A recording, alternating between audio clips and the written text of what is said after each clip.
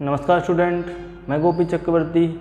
आज मैं 12th NCERT का नेक्स्ट वीडियो लेके आया हूँ। इससे पहले हमने इस सीरीज़ में चैप्टर नंबर 3 तक कर लिया था, चैप्टर नंबर 3 के 7th वीडियो तक कर लिया था, है ना। तो हमने अभी तक इसके 7 पार्ट डाल चुके हैं।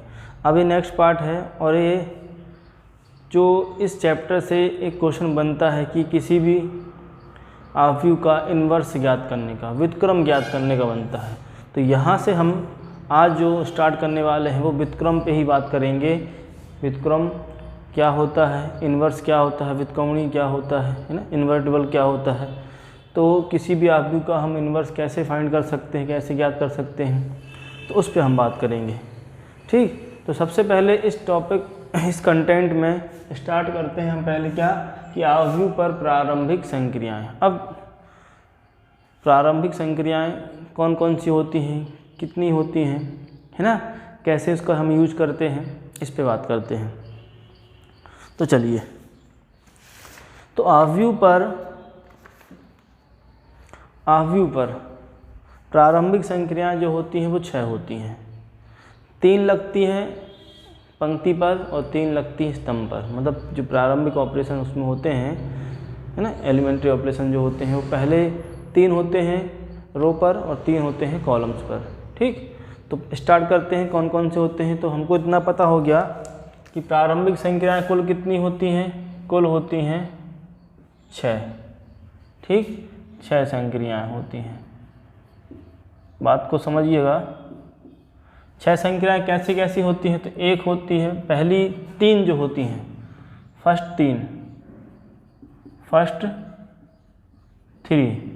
3 होती हैं किस पर, पंक्ति पर, मतलब रोज पर। ठीक, या फर्स्ट बोले या 3 होती हैं, 3 जो होती हैं वो होती हैं रो पर और 3 होती हैं किस पर, कॉलम्स पर, पंक्ति पर। ठीक, और 3 होती हैं स्तंभ पर। इतना हम समझ गए। अब 3 कैसे, तो देखो, सबसे पहली जो होती है, सबसे पहली जैसे मैंने बोला कि एक मैट्रिक्स है, एक अवयव है, A11 कुछ भी ले लेते हैं, 1 2 3 4 5 6 7 8 9। ठीक, हाँ, ये क्या है एक। अच्छा, एक बात ध्यान रखिएगा कि व्युत्क्रम में हम जो संक्रियाएं लगाएंगे, जो हमें अवयव दिया हो वो एक वर्ग अवयव होना चाहिए। ठीक, स्क्वायर मैट्रिक्स होना चाहिए, तभी हम उस पर काम कर पाएंगे। तो इतना तो हमें समझ में आता है यहाँ पे कि ये पंक्ति कौन सी है, R1, ये कौन सी पंक्ति है, R2, ये कौन सी पंक्ति है, R3, ऑब्वियसली ये कौन सी है, C1, ये C2 और ये C3। हाँ, 3 पंक्ति और 3 स्तंभ, 3 रो हैं और 3 कॉलम्स हैं। अब पहली संक्रिया जो लगाएंगे, देखिए पहली संक्रिया जो होगा RJ या RI = RJ। कहने का मतलब क्या है, इनको हम चेंज कर सकते हैं। बात समझ में नहीं आई। कहने का मतलब क्या है, हम R1 को R2 से रिप्लेस कर सकते हैं, चेंज कर सकते हैं, बदल सकते हैं। मतलब इसका मतलब क्या है सर, और यहीं पे दूसरी बन जाएगी C1 को C2 से। देखिए C1 केवल 1 या 2 पे नहीं है, तो इसलिए मैं यहाँ पे लिख दूँ I और यहाँ पे लिख दूँ J। यहाँ पे लिख दे रहा हूँ I और यहाँ पे लिख दे रहा हूँ J। ठीक, IB पंक्ति को JB पंक्ति से, IB पंक्ति को JB पंक्ति से हम बदल सकते हैं। और I और J क्या है, यहाँ पे सिंपल सा है, यहाँ पंक्तियों की संख्या I नहीं है, यहाँ J कॉलमों की संख्या नहीं है। ये नंबर्स हैं 1 2 3 1 2 3, इस तरीके से आगे नेचुरल नंबर है। तो मैंने I का मान रख लिया 1 और J का मान रख लिया 2 मान लो। तो कहने का मतलब क्या हो गया कि पंक्ति 1 को पंक्ति 2 से बदल सकते हैं। और क्लियर क्या कर सकते हैं इसको हम, तो देखिए यहाँ पंक्ति फर्स्ट क्या है, 1 2 3, यहाँ पंक्ति सेकंड क्या है, 4 5 6। तो कहने का मतलब इस पूरी पंक्ति को हम फर्स्ट में रख सकते हैं और इस फर्स्ट वाली पंक्ति को सेकंड में, है ना। सेकंड वाली रो को फर्स्ट वाली रो में और फर्स्ट वाली रो को सेकंड वाली रो में चेंज कर सकते हैं, उससे कोई फ़र्क नहीं पड़ता। इसी प्रकार थर्ड वाली रो को सेकंड वाली में और सेकंड वाली रो को थर्ड वाली में चेंज कर सकते हैं, इससे भी कोई फ़र्क नहीं पड़ता। और इसी प्रकार थर्ड वाली रो को फर्स्ट में, फर्स्ट वाली को सेकंड में चेंज कर सकते हैं, उससे कोई फ़र्क नहीं पड़ता। आई बात समझ में? तो क्या हो जाएगा फिर यहाँ पे, जैसे मैं एक बता देता हूँ आपको, तो 4 5 6 1 2 3 और 7 8 9। देखिए 7 8 9 पे कोई संख्या नहीं लगी, तो यहाँ पे कौन संख्या लगा दी अपन ने? फिर देखिए यहाँ पे जो लगी है, यहाँ पे लगा है R1 is replace to R2। पंक्ति नंबर 1 को पंक्ति नंबर 2 से रिप्लेस कर दिया गया है, मतलब जो पंक्ति नंबर 1 थी पहले, अब वो पंक्ति नंबर 2 बन जाएगी। तो फर्स्ट वाली सेकंड में, सेकंड वाली फर्स्ट में। आई बात समझ में आपको? हाँ। अब यहीं पे मैंने कॉलम पे भी किया है, हाँ, तो यही बात हम कॉलम पे भी अप्लाई करेंगे कि कॉलम नंबर सेकंड को कॉलम नंबर फर्स्ट से चेंज कर सकते हैं या फर्स्ट को सेकंड से। कहने का मतलब इस पूरे कॉलम को हम फर्स्ट के प्लेस में रख सकते हैं और इस फर्स्ट को इस सेकंड के प्लेस में रख सकते हैं, इससे कोई फ़र्क, या किसी को भी थर्ड को सेकंड में, थर्ड को फर्स्ट में, इस तरीके से हम इनका चेंज कर सकते हैं, उससे इसमें कोई फ़र्क नहीं पड़ता। ठीक, तो एक हो गया पहली और दूसरी संख्या। अब बची 4। इसी प्रकार जो थर्ड वाली होगी, देखिए थर्ड वाली में हम क्या करेंगे कि किसी पंक्ति में हम किसी अचर राशि से गुणा कर सकते हैं, या CI इक्वल KI। कहने का मतलब है कि ये मान लो ये पंक्ति है, क्या 1 2 3, तो इसमें मैं चाहता हूँ कि यहाँ मैं 2 से गुणा कर दूँ, 2 से गुणा करके लिख दूँ। हाँ, तो ठीक है, यहाँ पे मैंने लिखा है K कोई अचर राशि होगी, नॉन जीरो। क्या होगा? Non zero. ध्यान रखिएगा, K का मान स्ट्रिक्टली बोल रहा हूँ 0 के बराबर नहीं है, यहाँ पे भी K का मान 0 के बराबर नहीं है। मतलब हमें चाहते हैं कि इस पंक्ति में किसी संख्या से गुणा कर दिया जाए। केवल इस पंक्ति की बात नहीं, आप जहाँ चाहते हैं वहाँ, पंक्ति नंबर 1 में चाहते हैं, रो नंबर 1 में चाहते हैं तो 1 में, सेकंड में चाहते हो सेकंड में, थर्ड में चाहते हैं तो थर्ड में, किसी भी राशि से आप गुणा कर सकते हैं, उससे मैट्रिक्स के रूप में, स्वरूप में कोई परिवर्तन नहीं आएगा। ठीक, तो वही मैंने लिखा कि K क्या है? एक अननोन है, अचर है, नॉन जीरो। नॉन जीरो का मतलब है, आपकी बुक में लिखा हुआ शून्येतर, मतलब जिसका मान शून्य ना हो, नॉन जीरो बोलते उसको इंग्लिश में। तो नॉन जीरो का मतलब ये हो गया कि उसका मान कभी भी जीरो नहीं रखेंगे। हाँ, अदर रख सकते हैं, 1 2 3 4, माइनस वाले भी रख सकते हैं, प्लस वाले भी रख सकते हैं, कुल मिला के रियल नंबर्स ले सकते हैं, लेकिन रियल नंबर्स में केवल 0 नहीं लेंगे, है ना? रियल नंबर्स में केवल 0 नहीं लेंगे। तो कहने का मतलब यहाँ पे 2 बात हो गई फिर, क्या कि R किसी भी संक्रिया, किसी भी पंक्ति में या किसी भी कॉलम में किसी भी संख्या से हम गुणा कर सकते हैं, बस वो संख्या 0 ना हो। जैसे मैंने यहाँ पे 2 से 2 एक कम 2, 2 दूनी 4, 2 तिया 6 कर सकते हैं। हाँ बिल्कुल, तो 1 2 3 और 4, और 5 और 6 जो आएंगी, देखिए हमें 2 मैट्रिक्स को जोड़ना है, ऐड करना है, कुछ हमें ऐसा कुछ करना है कि वो सेम बन जाएं, और जोड़ने से क्या हो रहा है, वहाँ पे 0 0 हमें मिल रहा है। क्या होता है, जब हम इनवर्स फाइंड करते हैं तो हमें अधिकतर वहाँ पे 0 मतलब बहुत सारे 0 बनाने होते हैं, मल्टीपल्स 0 बनाने होते हैं। जब 0 बनाने होते हैं तो वहाँ कुछ ऐसी संख्याएँ लगाते हैं कि वो 0 बन जाएँ, संख्या कट जाए एक दूसरे से।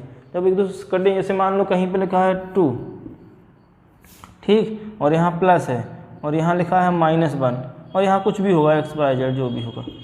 अब या यहाँ पे 1 है, यहाँ पे कुछ भी है 0 है, और यहाँ पे है 2 और यहाँ पे है -1। अब प्रॉब्लम क्या है, यदि मैं इनको जोड़ दूँ तो यहाँ पे तो मेरे को 0 लेके आना है। बात समझिएगा, ये पहली हाफ व्यू है, ये सेकंड हाफ व्यू है, पहली मैट्रिक्स दूसरी मैट्रिक्स।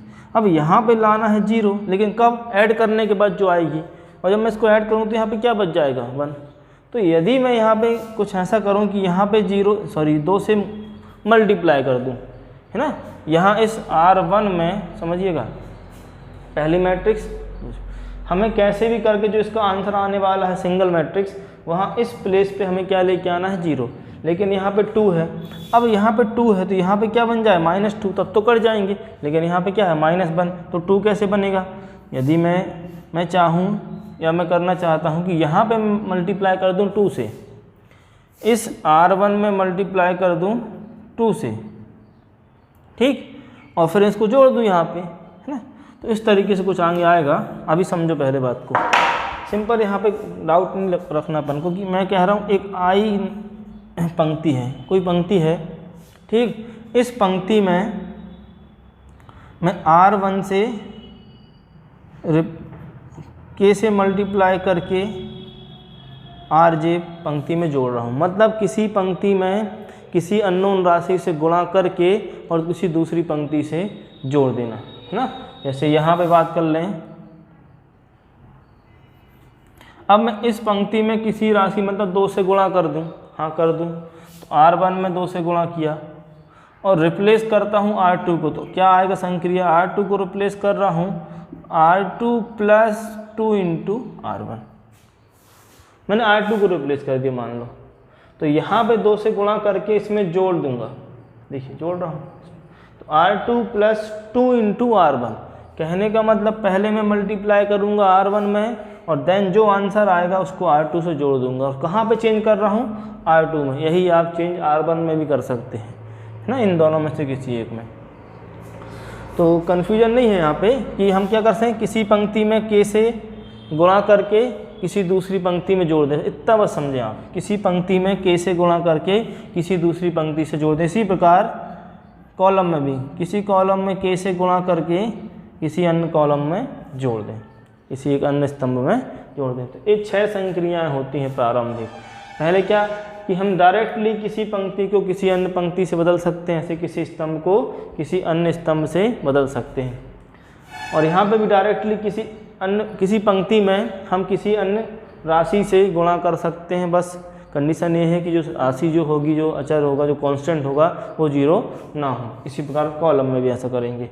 अब किसी पंक्ति को हम रिप्लेस कर रहे हैं तो किसी पंक्ति में हम किसी अन्य राशि, अचर राशि से नॉन जीरो संख्या से गुणा करके उसे दूसरी पंक्ति में जोड़ रहे हैं। इसी प्रकार सी में भी किसी संख्या से गुणा करके किसी कॉलम में एक संख्या से गुणा करके किसी अन्य कॉलम से जोड़ते हैं। तो ये कहलाती 6 प्रारंभिक संख्या। कुछ नहीं है, सिंपल चेंज हो रहा है। यहाँ पे के से मल्टीप्लाई हो रहा है, यहाँ पे मल्टीप्लाई होने के बाद अगेन जोड़ रहे हैं। पहले हम मल्टीप्लाई कर रहे हैं और फिर उसको जोड़ रहे हैं, मतलब दो संख्याएँ लग रही हैं, गुणा करना और फिर ऐड करना, इन दोनों का मिला के। इसके बाद जो अब हम स्टार्ट करते हैं व्युत्क्रमणीय अवयव। ठीक, तो इसके बाद हम स्टार्ट करते हैं व्युत्क्रमणीय अवयव। देखिए, व्युत्क्रम से आप परिचित हैं, है ना। व्युत्क्रम 2 प्रकार का हो सकता है अकॉर्डिंग टू संक्रिया। प्लस के लिए, मल्टीप्लाई के लिए अलग होता है ना। इनवर्स भी बोलते हैं हम इसको।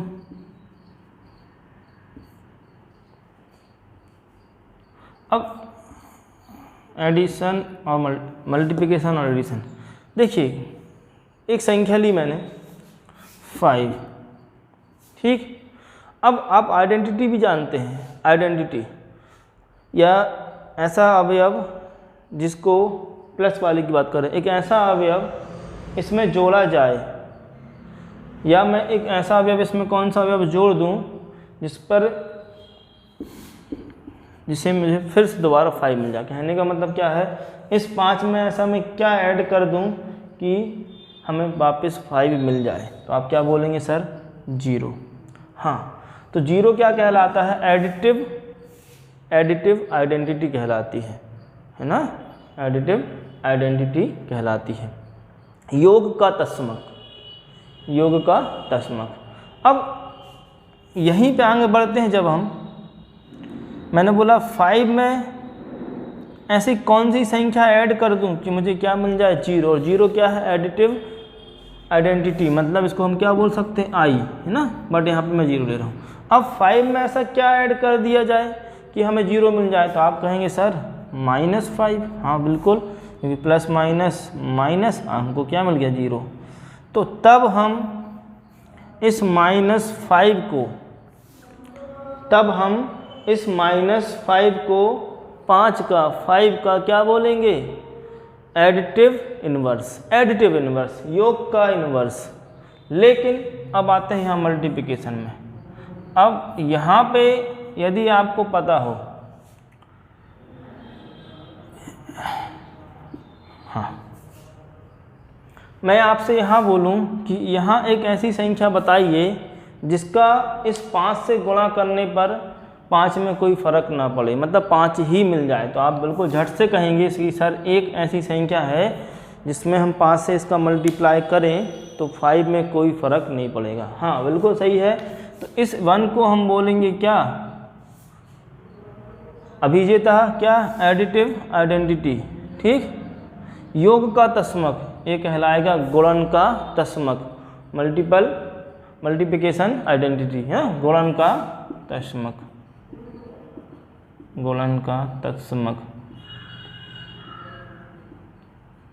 ना। तो अब इसके थोड़ा सा आगे बढ़ें। देखिए हमें तस्मक नहीं पढ़ना, हमें तो क्या पढ़ना है? व्युत्क्रम इन्वर्स। इसी के आगे बढ़ें। मैंने क्या किया, आपसे ही पूछा कि इस 5 में किस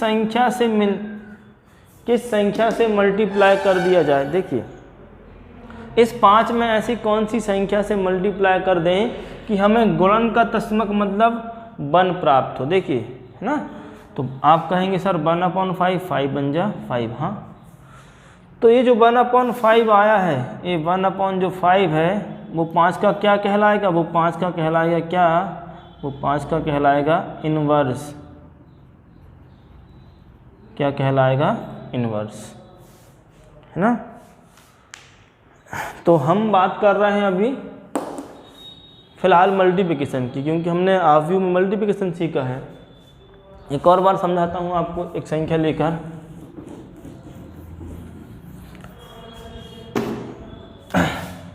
हमें पता है कि जो गुणन का तस्मक होता है वो क्या होता है? 1 संख्याओं में। क्या? संख्याओं में।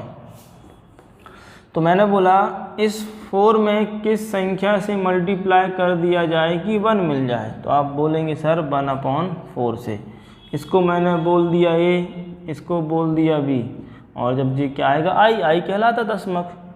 तो हम यहाँ पे क्या बोलते हैं? यहाँ पे हम क्या बोलेंगे? यहाँ बोलेंगे 1/4, 4 का क्या है? व्युत्क्रम है, इन्वर्स है, बोलेंगे। हाँ, क्योंकि इन दोनों का मल्टीप्लाई करने से 1 आ गया। 1 क्या है? संख्यात्मक तस्मक कहलाएगा, है ना। इसी प्रकार मान लीजिए आव्यूह है, और आव्यूह में आइडेंटिकल मैट्रिक्स क्या होती है? I। तो कहने का मतलब यदि A × B का मैंने मल्टीप्लाई किया तो क्या मिल गया मेरे को? I। बिल्कुल। तो हम क्या बोलेंगे? B को, या B क्या है? A का इन्वर्स है। क्या है? इन्वर्स है। क्या है? इन्वर्स, व्युत्क्रम है।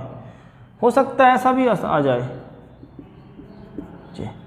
तो यहाँ बोलेंगे A B का इन्वर्स है। हाँ बिल्कुल, A क्या है? B का इन्वर्स है। तो बस इसी कॉन्सेप्ट पे डिपेंड है पूरा। तो अब हम बात करते हैं व्युत्क्रमणीय आव्यूह की, इन्वर्टिबल मैट्रिक्स। संख्याओं में समझ लें अच्छे से तो जल्दी समझ में आएगा। तो मैंने क्या देखे, व्युत्क्रमणीय आव्यूह, तो यहाँ पे आव्यूह तो लेना पड़ेगा। तो हम क्या करते हैं? यहाँ पे डेफिनेशन लेते हैं। डेफिनेशन कि माना A एक M क्रॉस कोटि M क्रॉस M का हो, यहाँ पे हम केवल M भी लिख सकते हैं ना, बताया था मैंने। A एक M क्रॉस M का कोटि M क्रॉस M का एक क्या है? वर्ग आव्यूह है। देखिए M क्रॉस M का मतलब क्या है? बराबर है यहाँ पे, तो क्या है? ये वर्ग आव्यूह है ना, स्क्वायर मैट्रिक्स है। और हमें व्युत्क्रमणीय आव्यूह के लिए वर्ग आव्यूह होना जरूरी है। वर्ग आव्यूह है, ठीक, वर्ग आव्यूह है। अब हम क्या करने वाले हैं? अब देखिए हमें ए का क्या निकालना है, हमें ए का निकालना है इन्वर्स, व्युत्क्रम निकालना है। तो हमने एक अन्य तथा एक अन्य आव्यूह, मैंने बोला एक अन्य आव्यूह बी का अस्तित्व। देखिए हम बताने वाले हैं बी को ए का इन्वर्स, तो मैंने बोला एक अन्य आव्यूह बी का अस्तित्व इस प्रकार है कि, इस प्रकार है कि, अब यहाँ देखिए मैंने बोला a इंटू बी या b इंटू ए बराबर आई। मैंने बोला a इंटू बी या b इंटू, देखिए दोनों के लिए चलता है।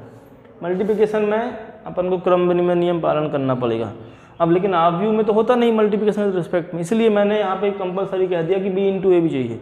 केवल a इंटू बी बराबर हमें i मिल जाए और b इंटू ए बराबर i ना मिले तो फिर ये b इन्वर्स नहीं कहलाएगा, ध्यान रखिएगा। तो यहाँ पे दोनों लिखा मैंने a इंटू बी या b इंटू ए बराबर i, इस प्रकार है। तब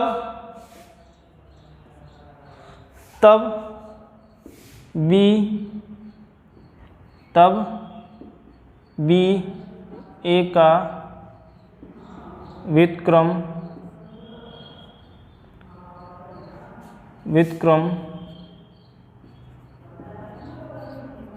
आव्यूह होगा, है ना।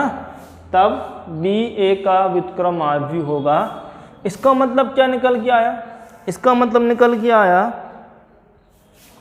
अर्थात b बराबर a इन्वर्स। अब समझ में नहीं आई बात तो ज़रा समझिए। यदि मैं बोल रहा हूँ a इंटू बी बराबर i, तो i मतलब आइडेंटिकल मैट्रिक्स कब मिलेगा, जब यहाँ पे b के प्लेस में क्या हो इन्वर्स, तब तो इसका आंसर i आएगा ना। हम जानते हैं कि a इंटू ए इन्वर्स बराबर क्या होता है i, और i कब आता है, जब ऐसा हो। तो कहने का मतलब b के प्लेस में क्या होगा, a इन्वर्स होना चाहिए, बिल्कुल। क्यों, क्योंकि इक्वल में क्या आ रहा है i, इक्वल में i कब आएगा, जब b के प्लेस में a इन्वर्स हो तभी। इसका उल्टा भी कर सकते हैं, मैंने अभी लिखा b इंटू ए बराबर i, तो a के प्लेस में b इन्वर्स हो सकता है, हाँ बिल्कुल हो सकता है। तो जब मैं बोलूँ किसी कि b क्या है, a का इन्वर्स है, तो a भी क्या कहलाएगा, b का इन्वर्स, दोनों होंगे एक दूसरे के, ठीक। यदि मैं बोल रहा हूँ b a का इन्वर्स है, व्युत्क्रम है, तो a भी क्या कहलाएगा, b का व्युत्क्रम, ध्यान रखिएगा।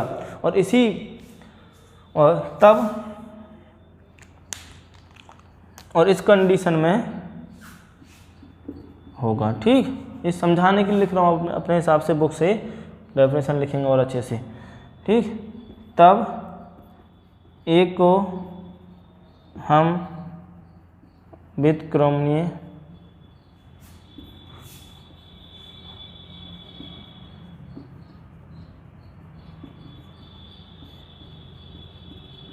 कहेंगे, कब, जब ये कंडीशन मिल जाए तब, ठीक। लेकिन यहाँ ध्यान रखिएगा,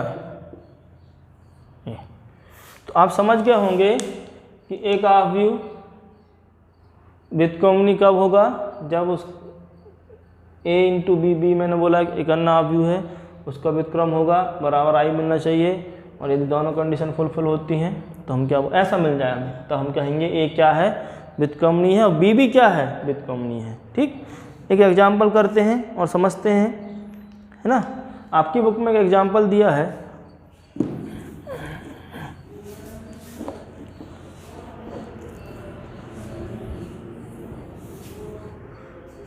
एग्जाम्पल है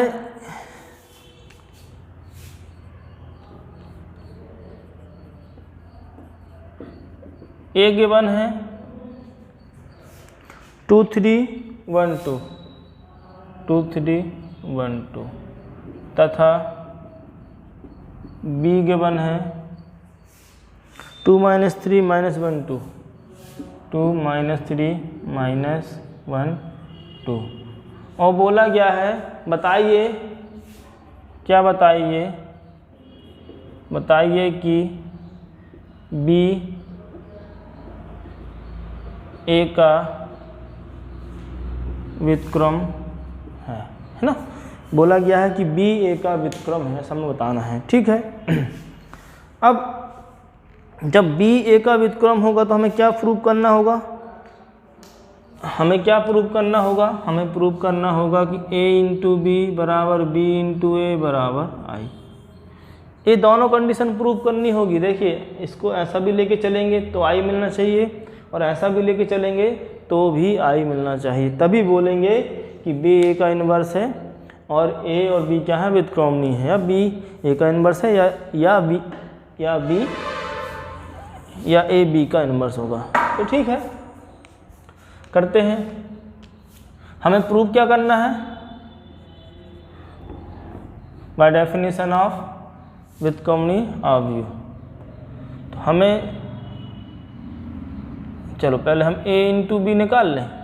हाँ बिल्कुल, a इंटू बी निकाल लें।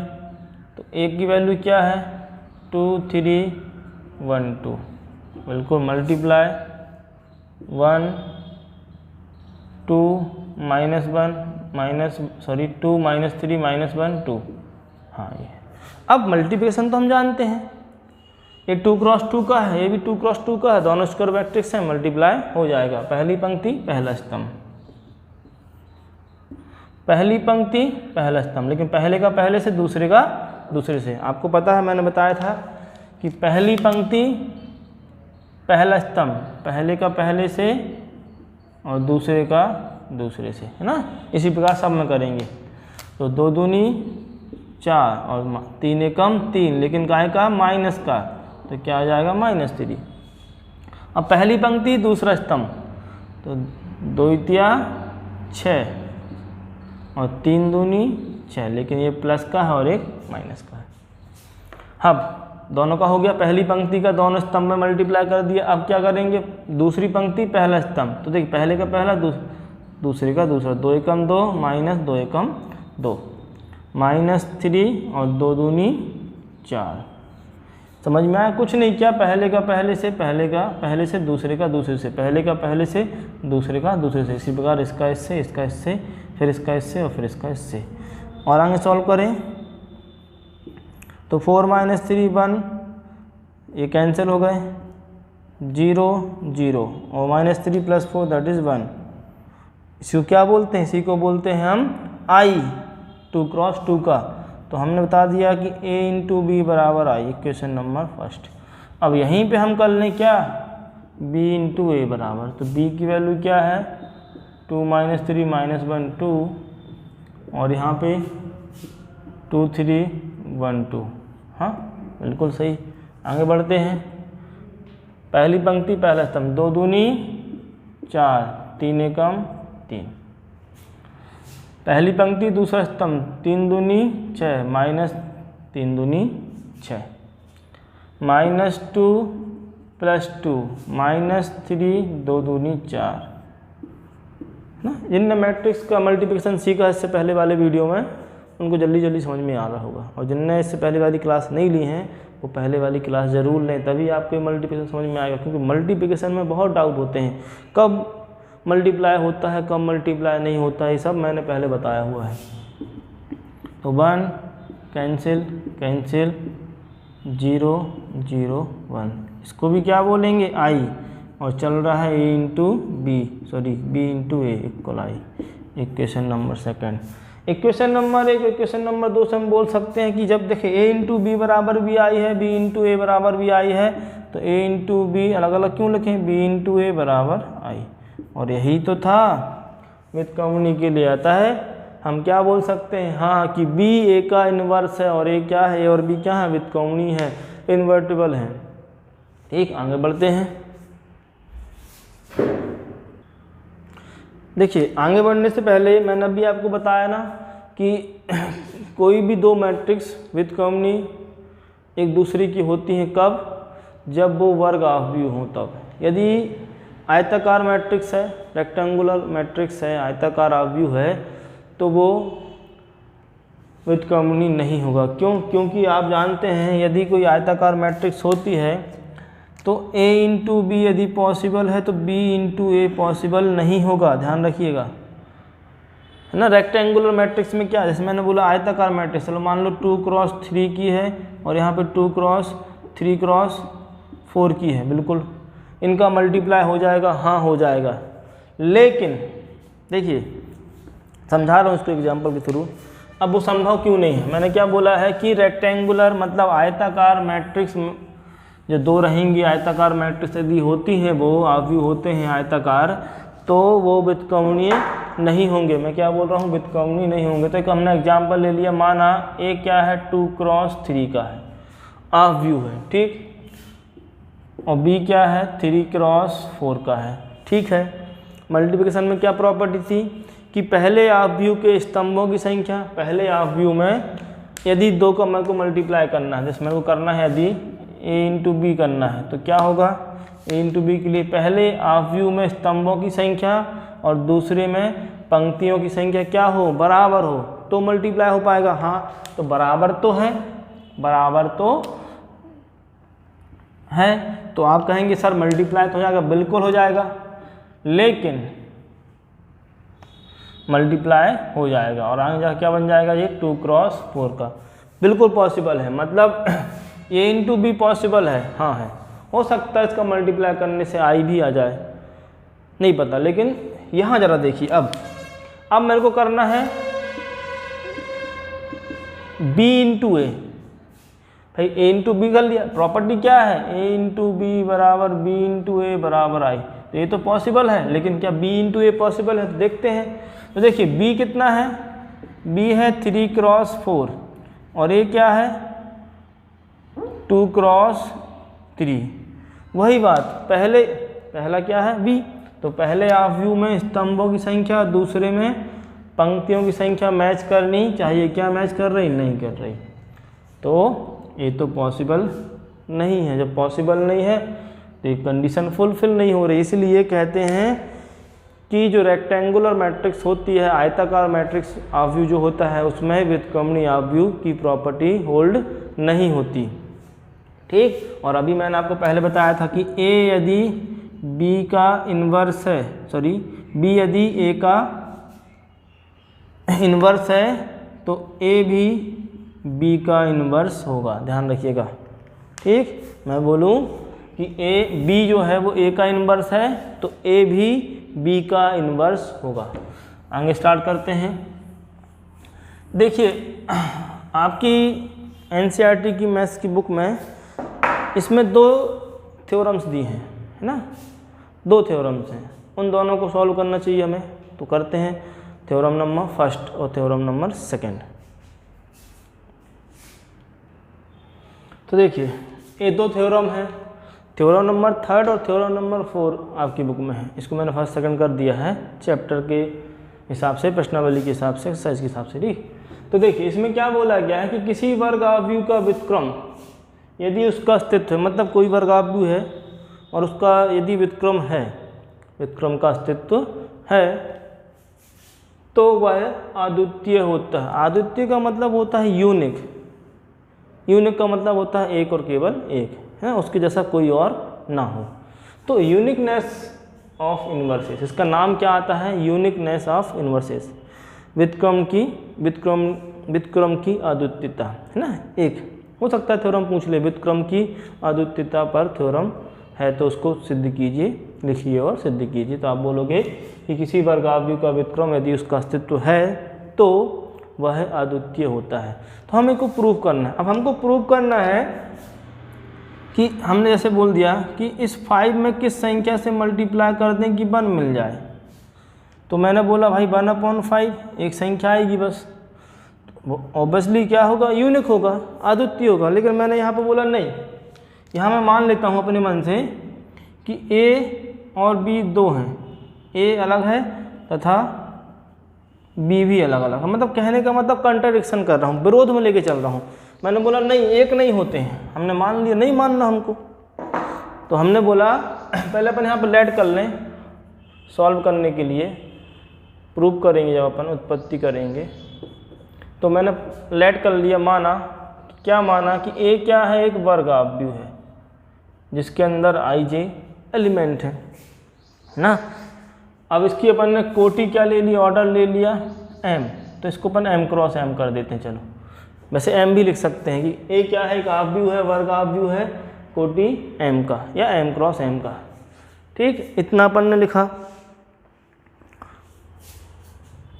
और कौन सा आव्यूह है भाई, दिख रहा है, वर्ग आव्यूह है। यदि इतना बस लिखा तो भी चल जाए, क्यों, क्योंकि हमने यहाँ पे डबल दे दिया है ना, वर्ग आव्यूह है। अब हमें प्रूफ क्या करना है कि इसका केवल एक ही क्या होता है, इन्वर्स होता है, व्युत्क्रम होता है। तो अपन ने लेट कर लिया तथा माना विरोध में, माना विरोध में कि बी और सी, जरा ध्यान देखिए, बी और सी दो वर्ग आव्यूह हैं जो ए के व्युत्क्रम है। बात समझिएगा, हमने बोला हमें क्या सिद्ध करना है कि ए का एक और केवल एक क्या होता है, व्युत्क्रम होता है। ठीक, लेकिन हमने क्या मान लिया, हमने माना कि नहीं, एक नहीं होता, दो होते हैं भाई। एक नहीं होता, कितने होते हैं, दो, दो इसके व्युत्क्रम आव्यूह हैं। अब यदि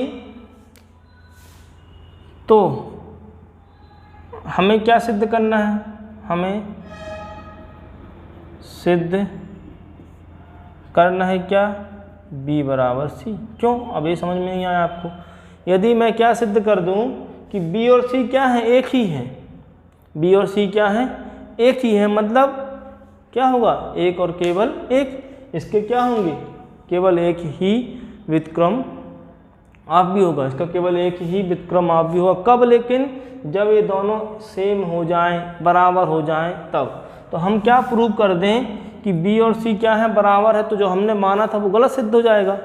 क्या गलत सिद्ध हो जाएगा कि b और c अलग अलग नहीं होंगे, फिर वो क्या कहलाएंगे, एक और एक कहलाएंगे, तो क्या कहलाएंगे, अद्वितीय कहलाएंगे। क्या कहलाएंगे, अद्वितीय। तो ठीक है, तो देखो पहली समझना बात को, जब a का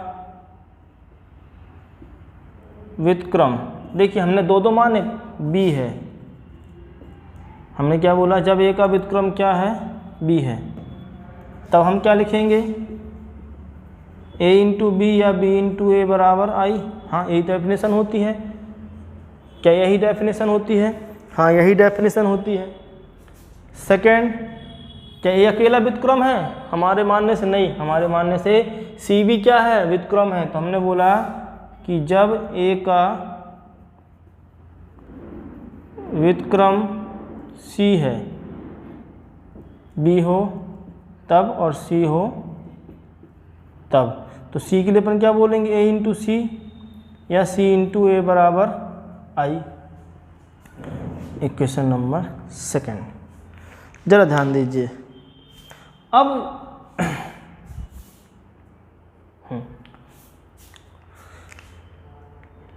तथा क्या मैं b को b इंटू आई लिख सकता हूँ, हाँ लिख सकते हैं। किसी भी आव्यूह में यदि आइडेंटिकल मैट्रिक्स मतलब तस्मक आव्यूह से मल्टीप्लाई किया जाए तो उस आव्यूह में कोई फर्क नहीं पड़ता, तो हम b को b इंटू आई लिख सकते हैं। और i के प्लेस में हम चाहें तो a इंटू बी लिख दें, या a इंटू बी इंटू ए लिख दें, या a इंटू सी लिख दें, या c इंटू ए लिख दें। अब प्रॉब्लम क्या है, हमें सोच समझ के रखना है। देखिए यदि मैं a इंटू बी लिखता हूँ तो a और b ही पे ही पहुँच जाएंगे ना। हमें क्या सिद्ध करना है, c, मतलब i का ऐसा मान रखना है जहाँ पे क्या हो, c हो। तो c तो यहाँ पे नहीं है, अब c इसमें है, बिल्कुल c इसमें है। यदि मैं यहाँ पे i के प्लेस में a इंटू सी रख दूँ, आप कहेंगे सर c इंटू ए भी तो रख सकते हैं, रख सकते हैं, बिल्कुल रख सकते हैं, लेकिन c को हमें a को इस तरफ लेके आना पड़ेगा। क्यों, क्योंकि यदि मैं a इंटू सी रखता हूँ तो b इंटू ए आ जाएगा, और b इंटू ए बराबर क्या होता है, i। तो मैंने क्या पुट किया i के प्लेस में, और मैं यहीं आगे बढ़ा रहा हूँ, जगह थोड़ा सा देख लो। चलो मैं अभी यहाँ कर दे रहा हूँ, बाद में यहाँ पे रख करके इसको भी सॉल्व कर देंगे। हाँ, अब मैं क्या कर रहा हूँ, चूँकि I बराबर B इंटू ए Y1 से, देखिए ये कहाँ से लिखा मैंने, जब B क्या था व्युत्क्रम था, ये कहाँ से लिखा जब C क्या था व्युत्क्रम था। अब मैं ये कहाँ से लिख रहा हूँ, फर्स्ट से, तो I के प्लेस में B इंटू ए लिख सकता हूँ, बिल्कुल लिख सकता हूँ। तो B बराबर B into C, sorry A into B,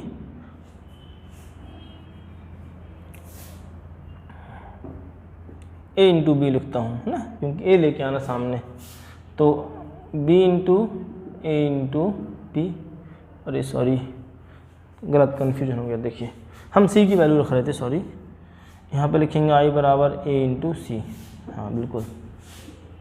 यहाँ पहले से B है, यहाँ पहले से B है, I की प्लेस में क्या रख रहे हैं, A इंटू सी, तो A इंटू सी। अब ये समझ में आया आपको? हाँ। अब यहाँ पे कौन सा नियम लगाते हैं हम, सहचर नियम। कौन सा नियम, सहचर नियम। आप जानते हैं सहचर नियम क्या है,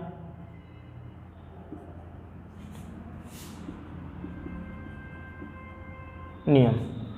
तो इसको हम लिख सकते हैं B बराबर B इंटू ए इंटू सी, और हम जानते हैं इसकी वैल्यू क्या है, B इंटू ए बराबर क्या है, I। तो I रख दें, तो B बराबर I इंटू सी, और I इंटू सी को हम क्या लिख सकते हैं, I इंटू सी को लिख सकते हैं C के से तस्मक से, तो B बराबर C।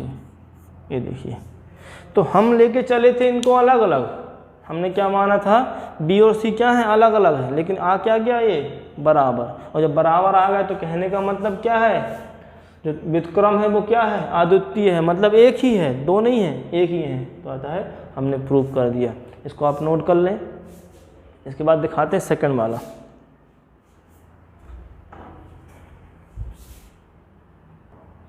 तो देखिए सेकंड में हमें प्रूव करना है कि A इंटू बी का inverse equal B inverse into A inverse. तो सॉल्व करते हैं, या प्रूव करना है।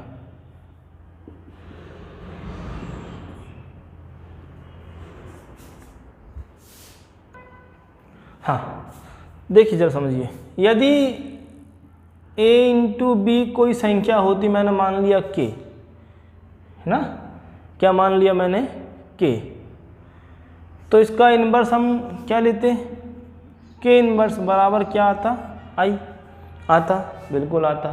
तो ऐसे ही हम क्या करेंगे, है ना, समझिएगा बात को। यदि इसको मैंने मान लिया K, ये समझाने के लिए कह रहा हूँ, मैंने बोला A इंटू बी क्या है, K है, तो क्या मान लिया मैंने, K, तो K इंटू K इन्वर्स क्या आता, I। तो कहने का मतलब है हमको K नहीं रखना है वहाँ पे, चूँकि कि A इंटू बी का इंटू A इंटू बी का इन्वर्स। अब कहेंगे सर अलग अलग इन्वर्स कैसे, अरे एक संख्या मान लो, सोच लो कि ये K है, ये पूरा K है, ये भी क्या है, K, तो K का इन्वर्स हो जाएगा, इक्वल क्या मिलेगा हमें, I। हाँ I मिलता है। तो किसी संख्या में उसके इन्वर्स से गुणा करें तो हमें क्या मिलता है, I। क्यों, क्योंकि ये इन्वर्स क्या है, उसका इन्वर्स है, व्युत्क्रम है, तो हमें I मिलना चाहिए।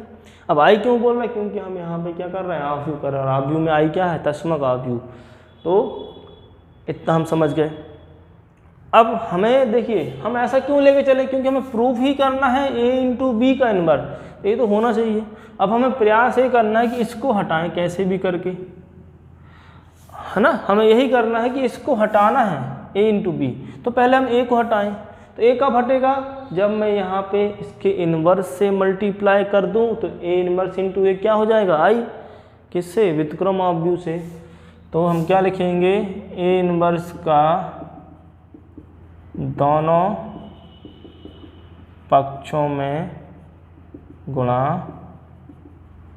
करने पर, तो क्या आएगा, A inverse into A into B equal A into B का whole inverse, A inverse into I। समझ में आया। सहचर नियम से क्या बोल सकते हैं कि A inverse into A into B और a इंटू बी का होल इनवर्स, और इसको क्या बोलेंगे, इसको बोलेंगे क्या, a इनवर्स, क्योंकि हम जानते हैं किसी भी व्यू में यदि आइडेंटिकल मैट्रिक्स से मल्टीप्लाई करें तो कोई फर्क नहीं पड़ता। और ये क्या हो गया, a इनवर्स इंटू ए बराबर i, तो i into B, a into B का whole inverse equal a inverse. अब इसको भी हम लिख सकते हैं क्या अगले स्टेप में, हम क्या जानते हैं, i इंटू बी बराबर b, तो b into a into B का whole inverse equal a inverse. हाँ, अब इस b को भी तो हटाना है, तो क्या करेंगे, b इनवर्स का दोनों पक्षों में गुणा तो जब गुणा करेंगे तो b इनवर्स इंटू बी और ब्रैकेट में a इंटू बी का होल इनवर्स। भाई यहाँ भी गुणा करना पड़ेगा, a b inverse into a inverse, और यहाँ पे हम जानते हैं क्या हो गया, b इनवर्स इंटू बी बराबर i, तो i into a into B का होल इनवर्स b इनवर्स, और फिर i तो i को हटा देंगे, a इंटू बी का whole inverse b inverse into a inverse. देखिए यही तो हमें प्रूफ करना था, तो कुछ नहीं था, संक्रियाओं पे डिपेंड था ये थ्योरम। क्या था, संक्रियाओं पे डिपेंड था। हमने क्या किया, इसको लेके चले, हाँ ये पॉसिबल है, बिल्कुल है, एक संख्या मान लीजिए कुछ भी मन में, k इंटू के का इनवर्स बराबर i, हाँ होता है, हर कहीं देखा हमने। अब इसको हमने हटाने की कोशिश की है, तो इन्वर्स लिया पहले a का इन्वर्स, फिर b का इन्वर्स लिया, और देन करते करते करते यहाँ पहुँच गए। यही तो हमें प्रूव करना था। ये थ्योरम नंबर 2 बहुत ही ज़्यादा यूजफुल है आपके आने वाली क्लासों में।